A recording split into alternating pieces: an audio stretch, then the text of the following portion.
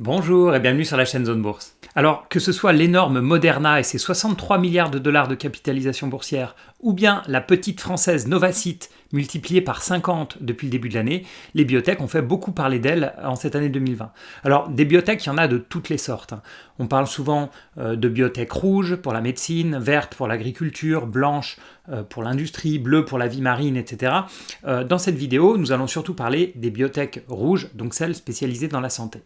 Alors en bourse, les biotech, ce sont des petites capitalisations très volatiles qui sont capables de doubler ou bien d'aller à zéro en quelques jours.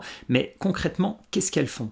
Comment les choisir? Et encore plus difficile, comment les valoriser? Alors, les biotech ont pour but de développer des traitements médicaux, donc des molécules ou bien des vaccins. Alors, la particularité des biotechnologies par rapport à la pharmacie, c'est que les biotechnologies, elles vont utiliser en général le monde vivant, des organismes vivants, donc typiquement des bactéries ou bien des enzymes, là où la pharmacie va plutôt utiliser des produits chimiques. Et à la frontière entre les deux, on a ce qu'on appelle la biopharma. Alors une biotech, c'est en général un chercheur ou bien une équipe de chercheurs qui trouve un résultat intéressant, suffisamment intéressant pour aller plus loin.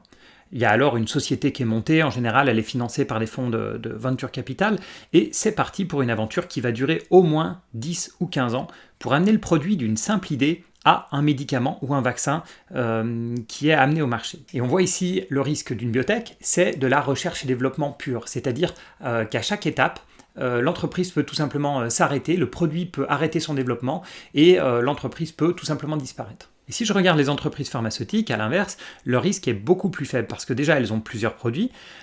Certains sont lancés depuis des années, donc ce sont vraiment des vaches à lait avec des marges importantes et puis des coûts de développement qui ont été largement amortis. Et puis elles ont aussi effectivement de la R&D avec plusieurs produits en développement, mais à des niveaux d'avancement très différents et sur des marchés aussi qui sont très différents. Et le but de la biotech, c'est pas non plus de vivre éternellement, puisqu'en général, quand son produit est arrivé à une phase suffisamment mature, elle va soit être rachetée par un grand groupe pharmaceutique, soit elle va vendre des licences au groupe pharmaceutique pour que lui les commercialise, ou bien, et c'est plutôt rare mais ça arrive quand même, la société de biotechnologie décide de elle-même commercialiser son produit, et donc de vendre son produit sous sa marque et de prendre la totalité donc, de la marge là-dessus. Alors on arrive maintenant au cœur de cette vidéo, comment analyser une biotech? Alors c'est un point important, comment analyser une biotech, parce que c'est complètement différent d'une entreprise traditionnelle. Oubliez tout ce que vous connaissez, oubliez les ratios financiers, oubliez de regarder, je ne sais pas, les cash flows, les bidas, le rendement, le PER, etc. Ça ne marche pas, parce que vous l'avez bien compris, une biotech, c'est une entreprise qui va dépenser de l'argent pendant des années et des années avec une possibilité qu'il n'y ait aucun retour sur investissement. Donc déjà, la première chose à faire, ça peut être de jeter un coup d'œil à la trésorerie. Alors, ne soyez pas surpris si elle n'a pas de quoi tenir plus de 2 ans, c'est assez classique. Les biotech, elles se refinancent régulièrement sous forme d'augmentation de capital, donc si vous êtes actionnaire, vous allez être dilué, mais c'est bien de s'assurer qu'elle ait au moins 1 an de trésorerie. Mais bon, on voit bien qu'en termes d'analyse, c'est très très limité. On va juste savoir en combien de temps elle va griller le cash qu'elle a sur son compte en banque. Donc qu'est-ce qu'on peut regarder d'autre? Et qui est d'ailleurs beaucoup plus important que l'aspect purement financier.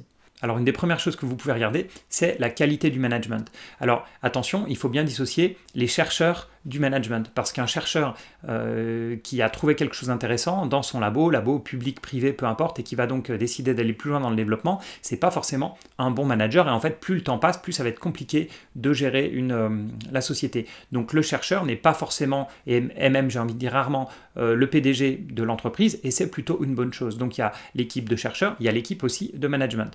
Ça peut être intéressant de regarder quels sont les fonds qui sont rentrés au capital, quels sont les fonds qui ont initié donc les levées de fonds de cette entreprise pour voir à quel point elle est suivie de près. Et dernier point, en général, les biotech sont entourées d'une équipe de scientifiques qui sont là un peu pour cautionner le travail fait. Donc en général, on va chercher vraiment les experts les plus pointus à l'autre bout du monde sur le sujet, qui vont donc avoir un œil sur l'aspect scientifique, qui vont valider un peu les recherches et qui vont servir de caution, qui vont être là pour rassurer un petit peu le marché. Ensuite, quels sont les marchés ciblés? Parce que contrairement à ce qu'on pense, les biotech ne sont pas toujours orientés vers les maladies les plus fréquentes, car sur ce type de maladie, il faut faire des tests sur beaucoup de patients, sur des milliers de patients, et ça coûte très très cher. Alors que sur les maladies rares, il va y avoir des débouchés beaucoup moins importants. Alors je sais, c'est très cynique de parler de débouchés, de chiffre d'affaires sur les maladies, mais bon, c'est le marché des biotech et des pharma.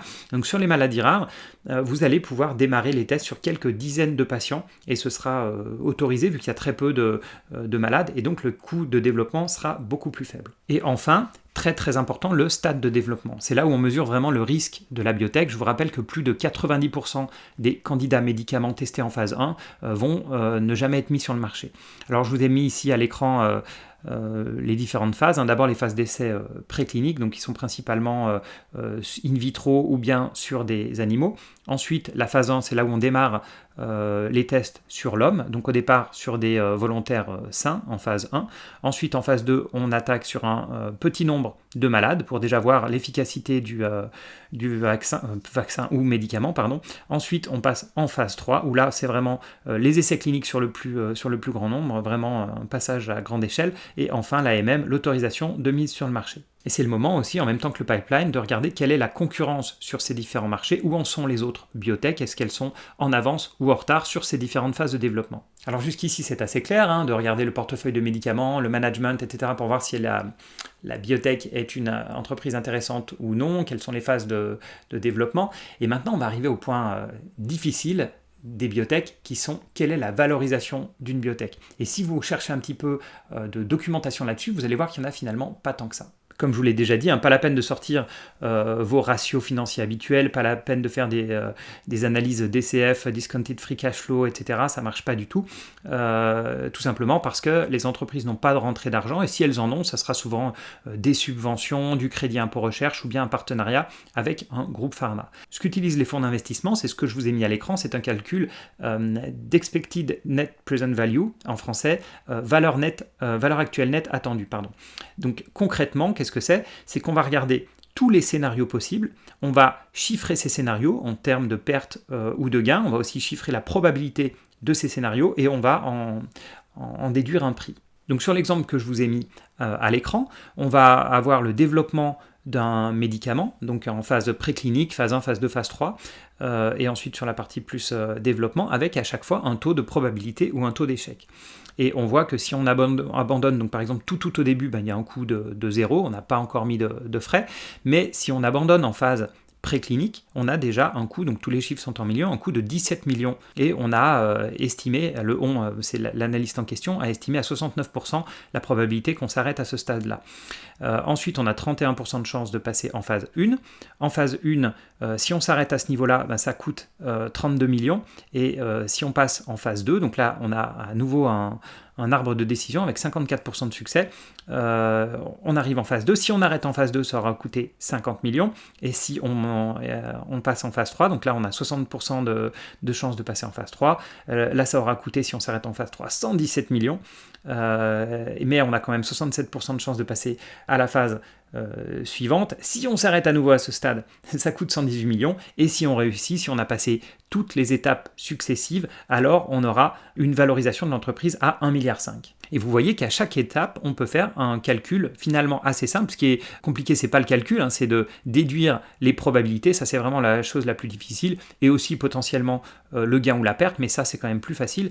Donc la clé, c'est vraiment d'arriver à connaître le taux de succès de chaque phase. Et on voit que si vous intervenez, par exemple, vous êtes un fonds d'investissement, vous intervenez en phase préclinique, la valorisation, elle est de 62 millions de dollars. Si on passe en phase 1, d'un coup, c'est pour ça qu'on voit vraiment des sauts sur le marché des biotech. D'un coup, la société va être valorisée à 237 millions. Et si vous passez en phase 2, c'est valorisé à 400 millions, et en phase 3, 800 millions. Et enfin, s'il y a l'autorisation de mise sur le marché, la société sera valorisée à 1,2 milliard. Donc on comprend ici que la biotech, elle va bouger en fonction de l'évolution des essais cliniques. Alors en général, le passage du stade préclinique à clinique, phase de test de sécurité et de tolérance sur les humains, elle est souvent anticipée par les marchés, donc le cours va assez peu bouger. Le seuil clé, c'est la réussite de la phase 2, c'est un passage un peu qui tout double pour les actionnaires, et ensuite la phase 3 qui est aussi une phase qui est très critique. Et pendant toute cette durée donc de vie de la biotech, il y a d'autres nouvelles à surveiller. Il n'y a pas que les phases de développement, même si c'est le plus important. Il y a les mouvements des dirigeants. Est-ce qu'il y a des départs ou des arrivées de dirigeants ? Est-ce que quelqu'un quitte le bateau au moment où ça va pas bien, ou est-ce qu'à l'inverse, on va mettre vraiment un très très bon manager avec beaucoup d'expérience pour renforcer la structure ? Est-ce qu'il y a des partenariats stratégiques qui sont signés avec des big pharma ? Et puis, comme je l'ai dit au début, il faut suivre aussi le potentiel financement. Est-ce qu'il y a des problèmes de trésorerie, ou est-ce qu'il y a à nouveau des financements qui arrivent, des augmentations de capital, des obligations convertibles qui sont lancées, etc. Alors si vous avez bien suivi et que vous connaissez la partie pharmacie, vous voyez que finalement les phases de développement d'un médicament développé par une biotechnologie ou par de la chimie pure, de la pharma, sont très similaires.